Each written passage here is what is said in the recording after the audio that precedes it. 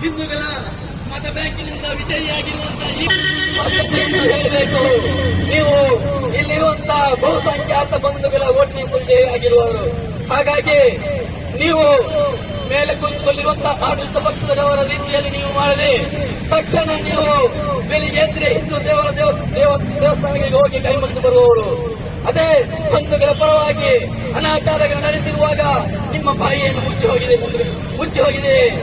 ಹಾಗಾಗಿ ತಕ್ಷಣ ನೀವು ಇದಕ್ಕೆ ಸ್ಪಷ್ಟನೆ ಕೊಡಬೇಕು ಮತ್ತು ಸಮರ್ಥನೆ ನೀಡಬೇಕು. ಇಲ್ಲದೆ ಹೋದರೆ ಮುಂದಿನ ದಿನಗಳಲ್ಲಿ ನಿಮಗೆ ಕೂಡ ಇದೆ